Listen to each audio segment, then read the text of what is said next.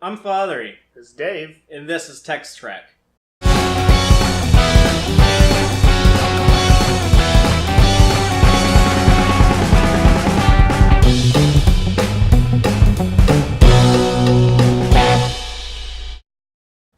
So welcome to the 39th installment of the Tex-Trek podcast. There's been some recent news in both Trek movies as well as Trek on TV. Mm-hmm. And me and Dave are just going to go over some of the recent developments and let you know our takes on them. So we'll just start things off with some... Let's jump in. Yeah, I think the biggest news is the Star Trek movie news. Because the CBS CEO, Jim Giannopoulos, I believe is his name, he's confirmed that there is not one, but two Star Trek movies in development. Mm-hmm.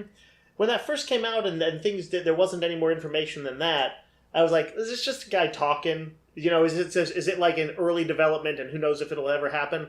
But it sounds like things got confirmed sort of afterwards. Well, yeah, I mean it came from the CEO of... I know, but there's still sort of idle chatter sometimes. I think I said CBS. The Paramount CEO. I'm sorry. Yeah.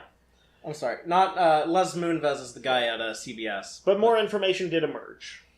There is a slew of news immediately after that. We know that one of these movies in development will be the fourth Kelvin Timeline film. Mm-hmm.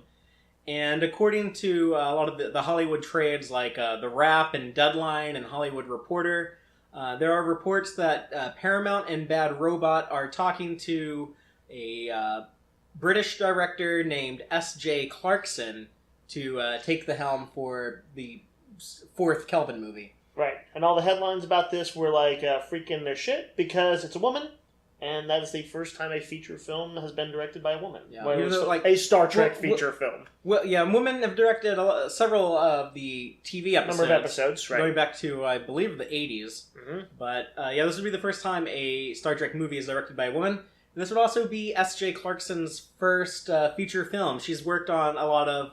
pretty notable TV shows. Yeah, she's worked on a lot of prestige television from recent years, including Dexter, Bates Motel, Orange is the New Black, Jessica Jones, and Defenders.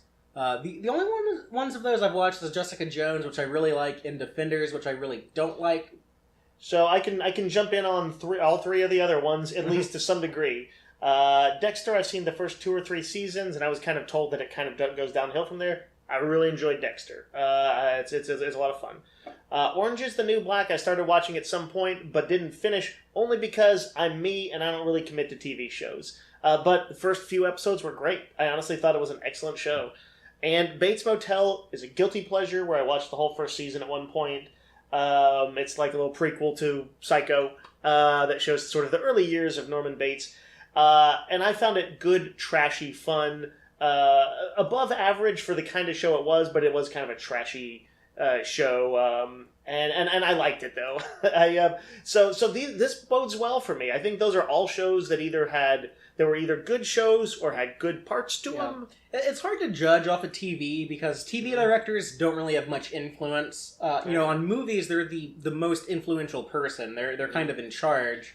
Unless they have, the Russo brothers, who are now like the biggest dudes in the history at Marvel right now, didn't they come out of TV? Yeah, they did Parks and Rec or something. No, Community. Community, that's it. Yeah, they did some goofy network station. Who knew that they would be able to make something as ridiculously badass as, like, say, Cap Winter Soldier, to avoid getting into spoilage about Infinity War. But yeah, Cap Winter Soldier and then Civil War would not have seemed to be in the cards based on those TV. Yeah, so it's hard to judge, but I'll say this about Defenders, even though I didn't like the show, I didn't like it because of the writing. Mm-hmm. There were some really ambitious episodes that had some elaborate action set pieces that I think would speak to a high degree of ability for a director. Technical craftsmanship. No, but she's not signed on officially yet, I don't believe. From the time of recording. They've just began talks with her, but... anyway, I think I'm broadly interested in this, and I think it's a generally pretty cool thing. Yeah, I don't really have anything to say on this because I can't tell if this person would be good or not, but I'd be more than willing to give it a shot. I'd say let's try it. Based on when we were looking at the credits for the people who were the movers and shakers behind Discovery. I was more nervous about that, even though it turned out very well, because they had some skeletons in their closet. Yeah, like Roswell. Right, some very what I would think of as like teen sci-fi, teen genre shows. Akiva Goldsman, writer of Batman and Robin, 1997. Right. And he does have some other things to his name, too, some serious stuff. Like, what did he, like, did he produce, like, all of the Batman movies from Christopher Nolan? I don't know if like, it felt like he also produced Blade, I think, and some other... Yeah, he wrote the script for the Constantine movie. Yeah, which is okay. And it's good. This recent Stephen King adaptation that everyone hated, The Dark Tower. Oh. But anyway, there were a lot of those skeletons in the closet of these guys, and that turned out all right. So I guess the thing is, you're not wrong to say, like, well, having been on board good shows isn't necessarily a determiner of quality on Trek, especially a Trek movie. But tracking writers from one show to another show, that's easier to see what that person is capable of. Whereas a director going from shows to a movie, that's I think there's less to gauge there because like I said, TV is normally like driven by the writers and movies are driven by the directors. But that sounds right to me. I don't know anything about that stuff, but it sounds right. But according to some of the reports, the Star Trek film she would direct would have Chris Hemsworth. What? But he's dead. Well, J.J. Abrams said back in like a 2016 interview that the plan for the fourth movie would be to use time travel and have the crew with Chris Pine and Zachary Quinto team up with Chris Hemsworth as George Kirk, father of Captain James T. Kirk. Do you think that was just because Hemsworth was a rising star, or just that it was kind of a plot that they wanted to revisit? Well, before Star Trek Beyond came out, they did say that J.D. Payne and Patrick McKay were working on this script, so it was kind of planned out for a while. But I guess in 2016 he was already kind of they had already done like a bunch of Thor and Avengers stuff, so he was a rising star. But I don't know. Maybe when JJ was doing Trek 09, maybe he had in the back of his mind, he thought, like, we could eventually do a movie where we bring this guy back. Well, the biggest sort of plot schism between the Kelvin verse and the regular universe is Kirk growing up without a dad. So if you want to make that kind of a central theme, is parental influence or having a good guide in his younger days. It's like he didn't have his Pa Kent, and so he became the more rebellious Kirk of the Kelvin movies. And so I can see how you might be thinking about that even early on. And I thought that was some of the most potent filmmaking of the first movie was the Chris Hemsworth opening scene. It's like you don't have much time to establish how important this guy is, and that the Federation guys are like some serious hero types. And like in 10 minutes, a lot was accomplished. And between that and Michael Giacchino's really strong music, it's a great opener. I was super nervous going into the theater to see Star Trek 09, and I was, I was worried it was going to do to Star Trek what Michael Bay did to Transformers. And I sort of felt like it did at first. I've had to process some things and go through my feelings. But I've talked to you when you've like recently rewatched the movie, and you don't seem to dislike it as much then as you do like a few months later when. Yeah. So here's the thing. Trek, the first two, I still have a few what I would call key problems with them, but I've kind of made my peace with them, and I can enjoy them for sure. And I really I did enjoy the third one a lot, even though it's not flawless either. At this point, though, I'm kind of pleased to be able to say that I'm on board pretty much all the Trek things that are happening, which we'll get to another one in just a second, but we'll include the Kelvin movies. I'm interested to see where they'll do with that. Obviously, Discovery is great, and do you want to hit up the next... Well, what I was saying about, like, when I went in to see Star Trek 09, I was super nervous, and that opening scene... like got me so on board and so invested in what was happening. Yeah. And Chris Hemsworth's performance is so much. And at the time, like, I didn't know who he was. This is before Thor came out. This is before Cabin in the Woods had come out. I'd never seen this guy before. J.J. Abrams is pretty good at grabbing the viewer by the collar And I've seen him do this in some of his other like TV shows he's done before. Like there's sort of the more pop stuff like Alias, and his bigger sort of thing that he kicked off Lost. Lost has a spectacular opening episode and a spectacular opening 15 minutes. I think he knows how to get your attention, and I think although I do definitely credit Hemsworth, I also think that Abrams knew what to show. He has that Spielberg talent for, if you want to be mean, you can call it emotional manipulation. If you want to be cooler about it, you can be like, it's great attention-getting direction. Yeah, but again, like Star Trek Beyond, this will be a movie that Abrams is not directing. He will be a producer. And we don't know how much influence he'll have, but I definitely would be curious to see a movie with Chris Hemsworth's character coming back, just because I did enjoy his brief performance as George Kirk so much. And you worship time travel in Star Trek, whereas I don't worship time travel, but I think it's foolish to. Some fans are just like, I don't want to see any more time travel stories. That's me. And I'm like, why? They do them so well. Like, do you watch Doctor Who? They do time travel all the fucking time, and it's not a big deal. Right, but that's because it's the premise of Doctor Who. The premise of Star Trek is that 1 or 2 times a season you're going to time travel. The premise is to explore the galaxy. But here's the thing. We'll revisit this at some future juncture. I think you make a good point that they do it well. And so, like, there's great stuff like First Contact and City on the Edge of Forever. City on the Edge of Forever. Yeah, they do it very well. Enterprise. But I think because Trek... All good things. Trek is unlike Star Wars, is a little harder sci-fi. And they often refer to the dangers of time travel. And then they'll do, like, the voyage home, and they'll kind of hand-wave it all away. But if they kind of want it to be taken seriously, I feel like they can't be kind of doing it so as willy-nilly as they do. That's my point. I know you disagree, but we don't have to stick on it. But I'm right. I will segue into the next topic because I knowing that there was this initiative to have a time travel George Kirk story in the next Star Trek movie, I kind of thought maybe this is what they'll do with the Quentin Tarantino movie, because he also wants to.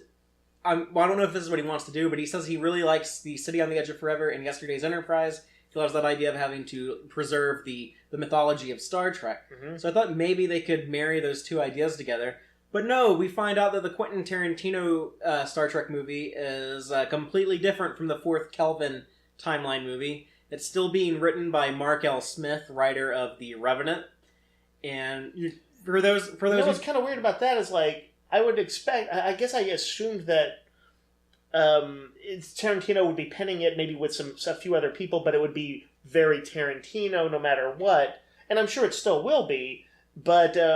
well, it sounds like he's just going to be a producer on this. I don't know if he's going to direct it. Okay, so do you think he will sort of sublimate his Tarantino-ish instincts that we'll see... Do you expect to see any of that Tarantino stuff, like Samuel Jackson and music that's anachronistic, or at least, an oddball pop kind of mix in there? I mean, yeah, like, it would make sense that there'd be, like, some modern and retro music that people in the whatever century this is set in would listen to. Arguably, they could do that, but, he did Django Unchained, and in that soundtrack is a mellow-ass 60s song, was it I've Got a Friend or whatever? Yeah. And that, makes no sense as part of the soundtrack for a Western, but... but I loved its use in there. Raindrops Keep Falling on My Head is used in Butch Cassidy and the Sundance Kid, as well as a bunch of sort of pop 60s jazz. So you can do it, but it's wildly out of tradition for Trek. Yeah, and I don't. That's more of a thing that might happen if he is directing, but I mean, the jury is still out on that. But the fact that they want it to be set in a separate universe led me to think that we haven't said that yet. Oh, okay. But we should say that, this is not going to be in the Kelvin Timeline universe, and it kind of sounds like the Hollywood Reporter is saying that it will be set in a different universe. I'm not really sure if that means it'll be its own thing, separate from all of Star Trek. If some people are, I think it should be. But some people are speculating this would be a total reboot, not married to any previous continuity. Reboot in the sense meant to spawn additional stories.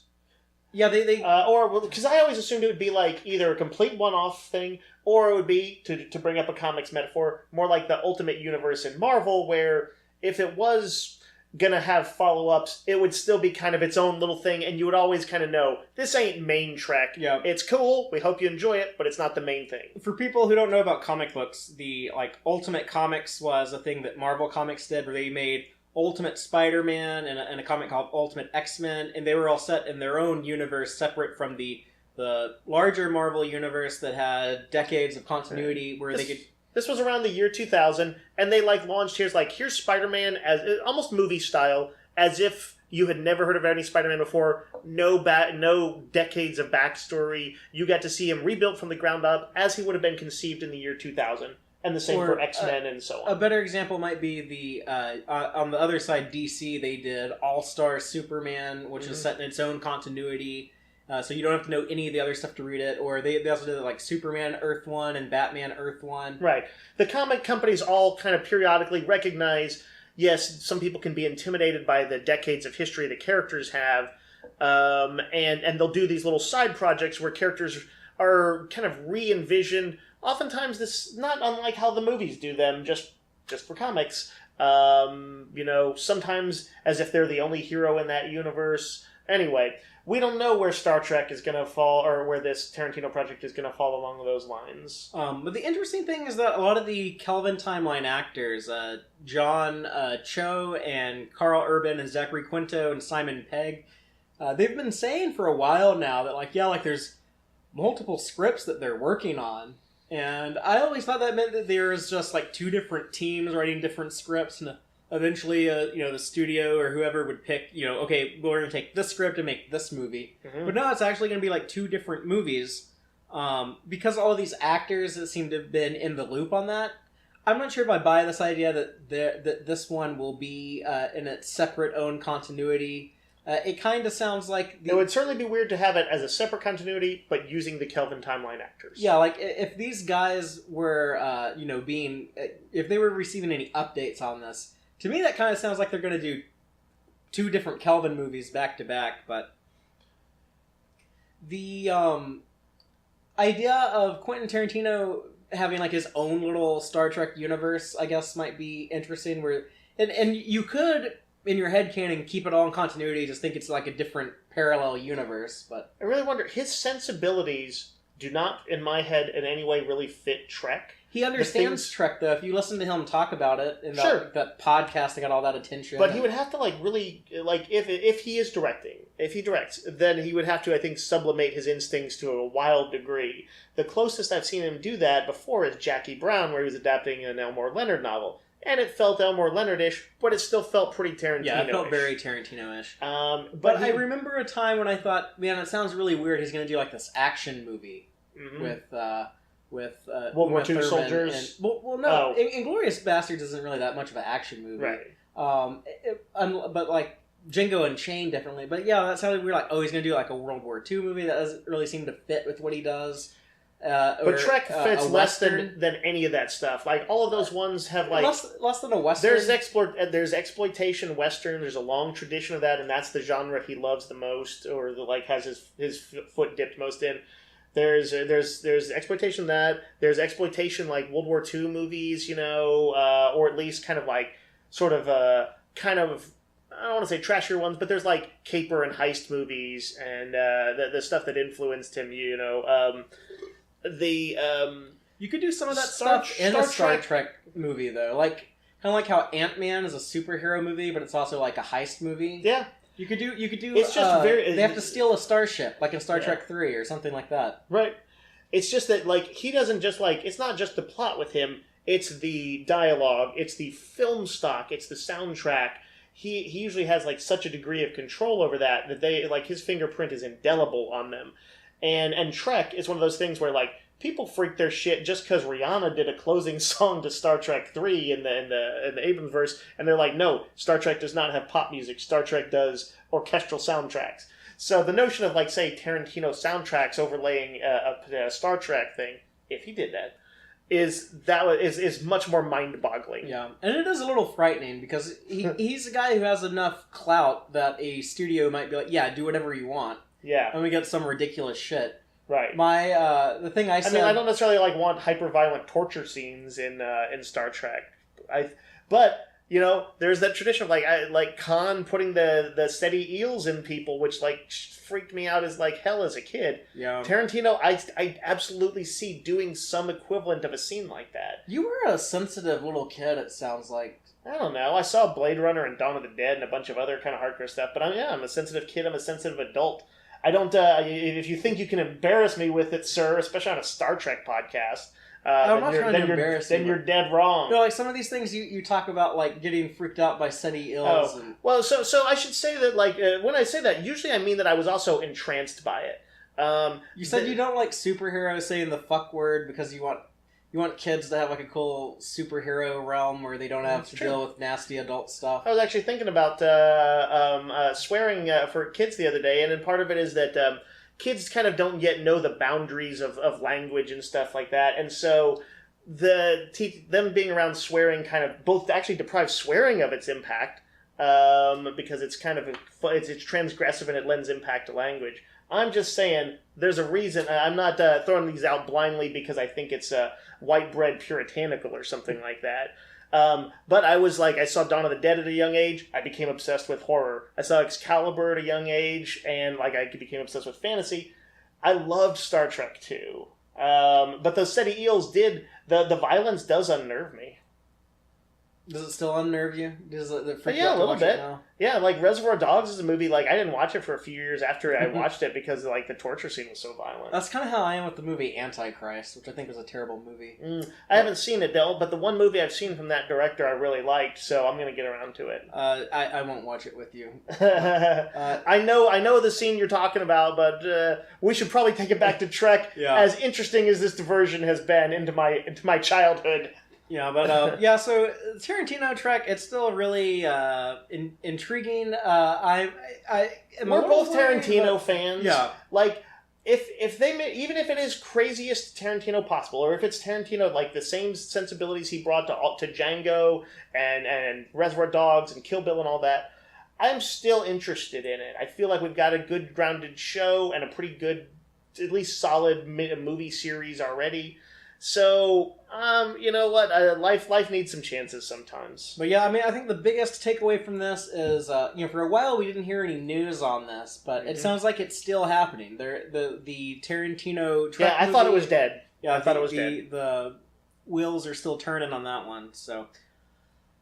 but yeah, two Trek movies in development. I think Star Trek can be a franchise like Star Wars that has a movie every year. And in fact, I'd rather see a Star Trek movie every year than a Star Wars movie every year, because I kind of wish Star Wars stopped at 3 movies. Really? Even though you've kind of fallen back into the fandom and you really like Last Jedi and stuff like that? I like, out of the... You would have liked it as a perfect little trilogy? Yeah, I really wish it ended on the night of Darth Vader's funeral on the Forest Moon. I absolutely think it would be a more perfect, of course, concept at that. We were talking about Red Letter Media's. I watched their thing of The Last Jedi the other day, and they do point out that it always sort of as much as we all kind of like revisiting that universe, it ultimately comes down to rebels fighting, scrappy rebels fighting the Empire, no matter what, with a lightsaber battle and some family betrayals and things like that. It's very repetitive. But when they try to get out of that, it always sucks. Like the prequels. Right. So they had Space Congress. Right. Whereas Star Trek has supported a pretty wide variety of ideas. Yeah, and Star Trek was created to be an ongoing serial that was a collection of different stories where you're okay, here is this episode, here is a very different episode, here is another one. That's what it was always intended to be. And going back to the original series, Roddenberry had always thought of possibilities for spin-off shows, and he is I didn't really know that, way actually. back during season 3, he was even talking about how he wanted to make a Star Trek movie. So from its very inception, it was designed to be this expansive universe that can tell a wide variety of stories. Mm-hmm. Whereas Star Wars was kind of made just to tell one story. Yep. And it told it. And it should have shut up after that, but even though I do like some of the recent movies, but anybody like Star Wars sucks is what I'm hearing. No, I'm just Star Trek is better at being a ongoing series of shows and movies. It certainly has more diverse story possibilities. And better. Yeah, I agree. You don't gotta convince me. Speaking of all the great variety of stories you can tell through Star Trek, we also have the current TV show Star Trek Discovery. The second season is currently in production. They've been filming for a couple of weeks now at the time of recording. And we have had some Season 2 news. In fact, I'm worried that by the time this is released, there will have been another Season 2 announcement. We currently don't know who Spock is, so if you're watching this and they've announced who they've cast as Spock, I'm sorry, I don't know. Like any 24-hour news cycle that we live in, we're chasing after the fresh stuff. So we just do what we can. Well, what we do know is that actor Anson Mount has been cast to play Captain Christopher Pike, commander of the USS Enterprise. You might know Anson Mount from such shows as Hell on Wheels, which I've never seen, but you said he was accomplished in it? Yeah, I watched the first season. He was the main character. That's a show about like the early rails, building of the rails in America, right? In like the 1800s? Yeah, he was. It's like post-Civil War. Mm-hmm. He is an ex-Confederate soldier. He's trying to find the men who killed his wife and child, I believe. And he plays kind of like kind of a stereotypical, like, you know, stoic Western hero, kind of cold-hearted, but he's probably like a good guy deep inside. And yeah, he ends up working on this railroad company that's building a railroad because he's trying to get close to one of the people who murdered his family. And mm-hmm. It also deals with, like, you know, it's right after the end of slavery, and there's you have ex-slaves working on it, so you kind of have like some tension between there from a guy who wanted them to stay slaves. Some racial issues, and it's Colmini, Chief O'Brien in Star Trek Deep Space Nine. He's a character on there. That's a good sounding description for a show. I like it's kind of a little bit odd, but I like it as a premise. Yeah, but he's definitely like he carried the show as the lead on there, and he was also Black Bolt on the Inhumans, which everyone says was terrible. I haven't watched it. I might check it out at some point though, just because I didn't think it looked that bad. But everyone I know who's watched it says it was really terrible. But it's based on the Marvel comic The Inhumans. Yeah, I have not seen it either, but I also heard from everybody, even people who really wanted to like it, that it was not good. But I assume he was the lead on that, because the character he played is actually the leader of these super-powered comic book characters, the Inhumans. Yeah, secret society, kind of a royal family, so you can do some Game of Thrones antics. I never knew what they did, because in the comics he is mute, because his power is his devastating voice, which can like level mountains.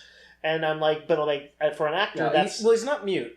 Well, right, he can speak. He can speak. It's just that he would cause untold destruction if he did. Yeah, if he does, like, it was basically a superpower. Is like his voice destroys things. Yeah. He does a bunch of it. He's super strong and does other cool stuff. But if he ever has to cut loose, he speaks. He like whispers and knocks down your whole city block. But he's also like a king. So in order to like command people, he has like a telepathic connection with his wife.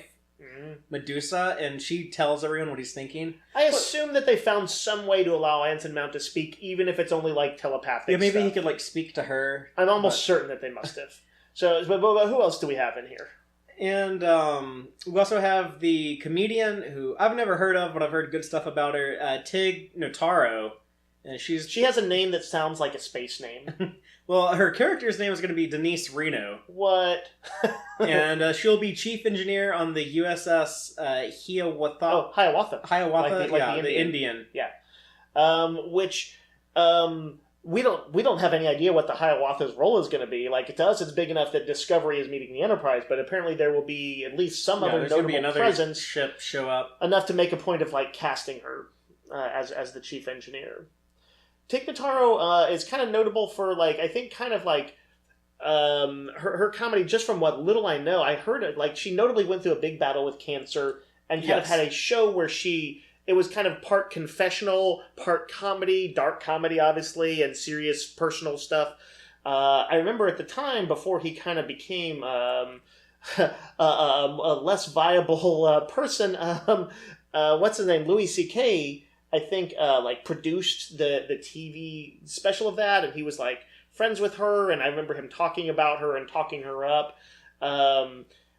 She's, what about her acting, though? No idea. How's this going to play out in the show? I don't know. It depends on how big a part the chief engineer is on this show. The one thing I thought was interesting about it, just on the diversity front, is that she's a lesbian, and to call briefly attention to her looks, she is not the what I would call a classically beautiful lipstick lesbian in the fantasy tradition that is so often like a big thing. She's butch. She has what would be considered a more butch appearance, and so with Discovery just kind of broadening their spectrum a little bit. It makes sense to me that they will broaden their casting to include less of the traditionally attractive people and visual diversity. Visual diversity, yeah. There may be a little bit of body diversity, I guess. Sure. Though I kind of give Star Trek a pass on not showing overweight people, because I would just think in the future like nutrition and medical science would be so good that just most people are just so healthy. Right. Especially if you're like a semi-military organization like Starfleet, like you probably are encouraged to stay in good shape. Right, makes sense. But they do kind of have a lack of body diversity, so I like them finding a way around it without putting fat asses like me on the ship, because no one wants to see that. But the big casting news for Star Trek Discovery Season 2 that we haven't heard yet is who's going to be playing Spock. Yeah. And unless we have missed it by the time this goes up. If we have, the shame is all on us. We know that Spock will appear because Jonathan Frakes, he loves to let the cat out of the bag. He blew the lid on the Mirror Universe being in the show. Yeah, he says, I'm directing an episode, and the ship goes to the Mirror Universe. Probably about 10 seconds later, a call came through on his cell phone or a text, and they're like, John. Shut the fuck up. Yeah. But he just informed, I think, at a convention, I think he informed people, attendees of a convention, and therefore the entire internet, that he is directing the second episode of Star Trek Discovery Season 2, and it will feature the character Spock. Yep. So, in case you had any doubts if Spock was going to be in the show, we know the Enterprise is going to be in it, we know Pike is going to be in it. We knew that Spock should be around in this era, so it was kind of, I had assumed it, but, that one is not too big a spoiler because I figured it was going to happen anyway. But that is going to be big. Whenever that comes out and we get the first screenshots or whatever, or even just find out what this dude is, people are going to definitely poke at it. And it's going to get him a lot of publicity, which I hope, will lead into an awesome season. Frakes directed one episode? More than one episode? He directed episode... It was one of 10, I think. It was the first Mirror Universe episode. Yeah, and it was a badass episode. No, I think it might have been episode... It was 9 or 10. Was it just the one, though? He didn't direct the one that had the big combat, like the next to last one? No, he directed the one where they first get over there, and Burnham had that cool turbo lift fight with Ensign Connor. Yep.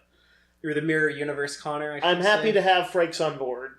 He knows his way around Star Trek, and that Mirror Universe episode was awesome. And much like they did last year, when CBS released a production trailer to hype up Star Trek Discovery, and gave us the first look at some of the things like the uniforms and the Klingon armor, which I remember bitching about. Go back and watch that, or listen to that installment of Tex-Trek. But now they have... it's just like a minute long... Yeah, they released the minute-long trailer, or production trailer for Star Trek Discovery Season 2. For whatever reason, I don't normally like these production trailers. I don't like seeing the behind-the-scenes thing, and I think that's because I'm generally a person who actually does not like seeing the behind-the-scenes. I don't like seeing the illusion broken. And they show them building the sets and, what do you call it, time-lapse photography. And... it's by no means big spoilers or anything. It just, for me, slightly... I just usually don't like to look behind the curtain.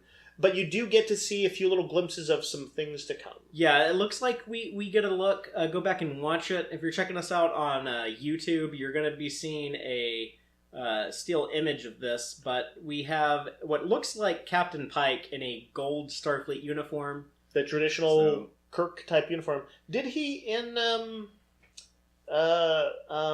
first episode of Trek, he had that like gray. He wore the gray jacket when they beamed down, but it was more of like it was like that kind of dull color that they wore in The Cage and then Where No Man Had Gone Before. It wasn't like the bright gold. Okay. It was, it looks like instead of going with what would be canonically appropriate uniforms from The Cage or Where No Man Has Gone Before, they're going more of the traditional original series: gold for command, blue for science and medical, and red for engineering and operations security stuff. So it's so iconic. Do they run the risk of putting people off of the Discovery's uniforms? The Discovery uniforms are cool, but like, are people going to see like the classic Trek thing and be like, switch over to that? Well, I kind of wish that they were wearing maybe those. they will. And I know that they made uniforms because when Brian Fuller was still involved on the show, he wanted things to look kind of like the original series. And it was going to be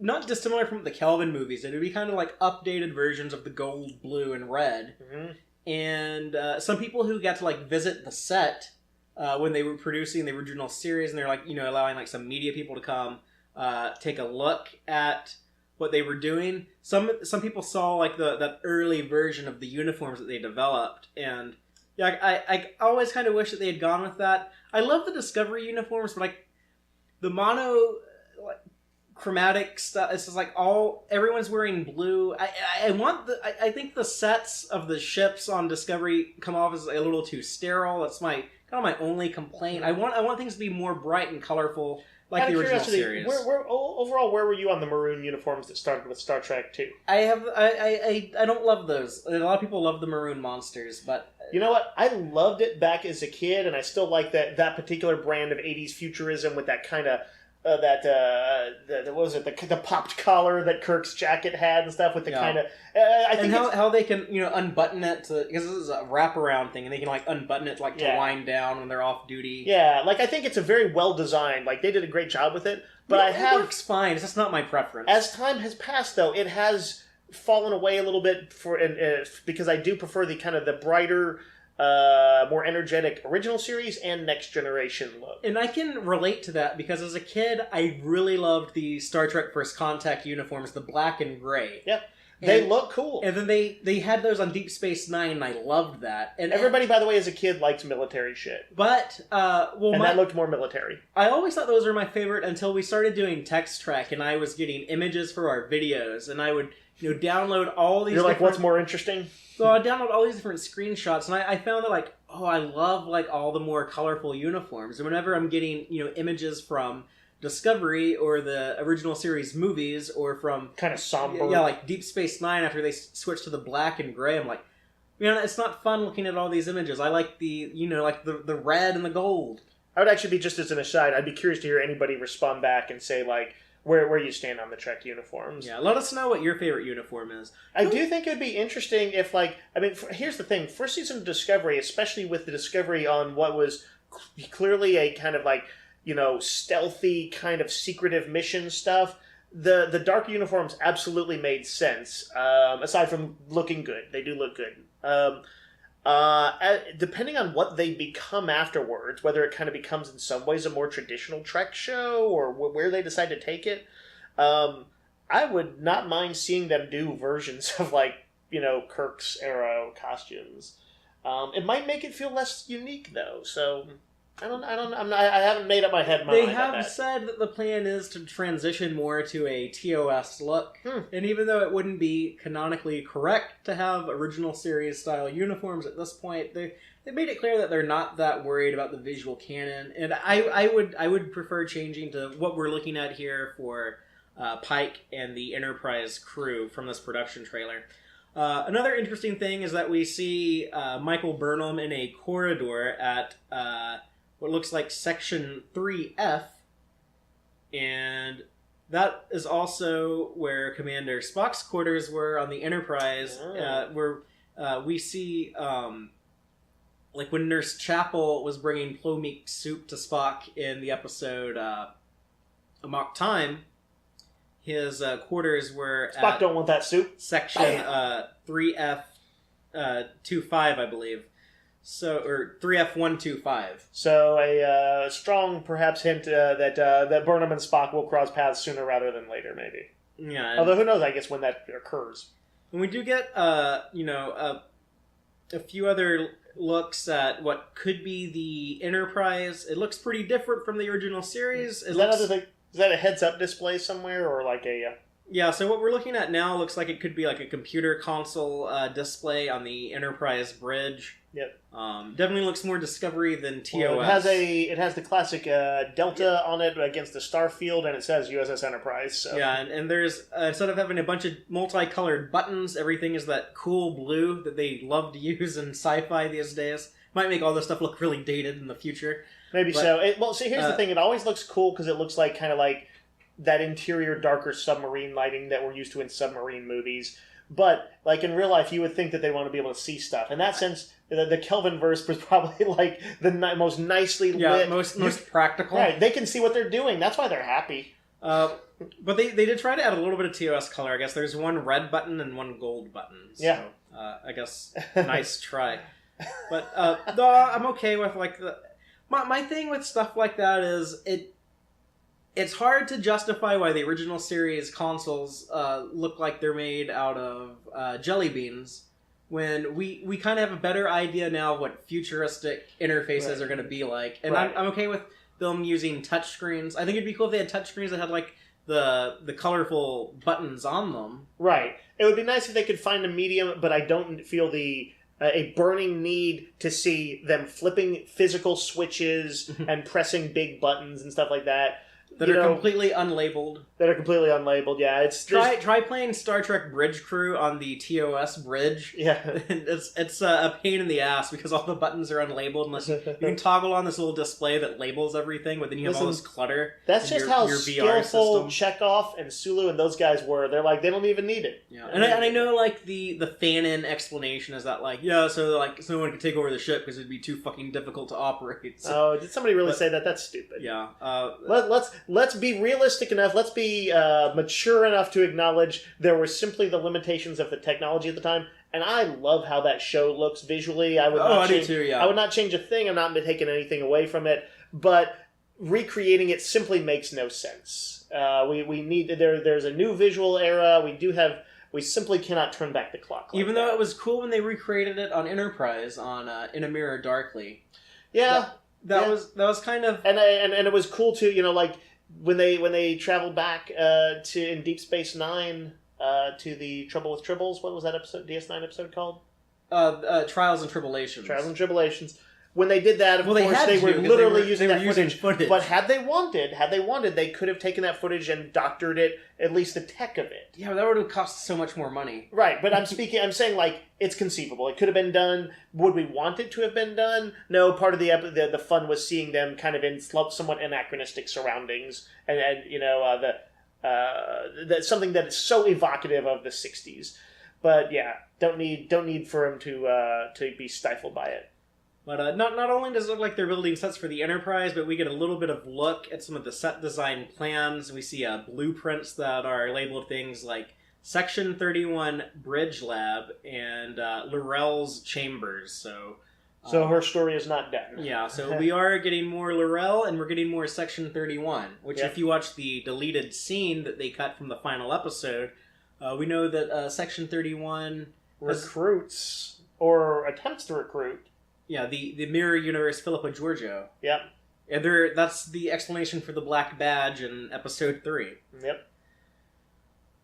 And that's pretty much all that we have to report on the production trailer, but I'll post a link to it as well. So yeah, there was an alien in there. There's at least a couple alien masks or like some physical stuff that they were doing for aliens.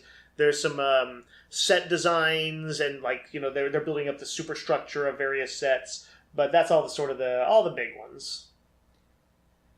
Yeah, so if you want to watch time-lapse footage of a bunch of Canadian construction crews in Toronto, building a bridge of a spaceship, check this trailer out. Nothing too crazy or interesting in there, other than a little look at the uniforms, and I think the Section 31 They do in the course of it overlay it with some evocative dialogue from different eras of Trek, from Pike, from Spock, from Burnham. It'll just start you getting in that headspace again of Star Trek. Yeah, they do have some voiceover from Jeffrey Hunter as Pike and Leonard Nimoy as Spock. So I think they're definitely trying to prime us for we're going to get some Pike and Spock interaction with the Discovery crew. My fear is that they'll spend too much time with the Enterprise. I don't want this to become the Pike and Spock show. I want it to stay Discovery. I'm kind of hoping they only hang out with the Enterprise for a couple episodes and then move on to another story arc. Did we already talk on camera about the Supergirl example? Yeah, about how Superman showed up for a couple episodes in season 2 of Supergirl, and then he got out of there. They can bring him back whenever they want, but he wasn't a scene stealer when he was there. She got to be as cool as he was. Yeah. But he was very cool while he was there. But they were like, we need to be careful and not make this the Superman show. Yeah. But just final thing I'm going to close out on, because I want to wrap this up, because I think the data card in my camera recording this is about to get full and cut us off. So just real quick, Michael Burnham interacting with the Enterprise with Pike and Spock is very relevant right now. So you'll definitely want to check out the next installment of Tex-Trek. It's finally coming out. We've already recorded it. I just wanted to get this out first because we're talking about like the latest news. But the Star Trek novel Desperate Hours, me and Dave go over the book, how we felt about it, what it's about. And that is all about Burnham on board the USS Shinjo, because it's a prequel, coming face-to-face with Spock from the Enterprise, and the two ships having a mission together. And there's stuff that happens in there that is so, and I would say in some ways notable for those characters that I would kind of expect that it might even potentially get referenced on the show. And it's a pretty good book, so check out what we've got to say about it. And I think there's a reasonable chance you might want to read that book. Yeah, and if you watch it on YouTube, you'll see me wear like this cool Captain Pike the Cage t-shirt in that, because we literally just recorded it like an hour ago. We're in the same shirts. Yeah, no, we just wear the same shirt all the time. It's nasty. No, but they've seen us in different shirts. Let's CGI him back. Let's make him all these. You want to pay for that? Yes. I'm a wealthy person and I will pay for CGI. Cool.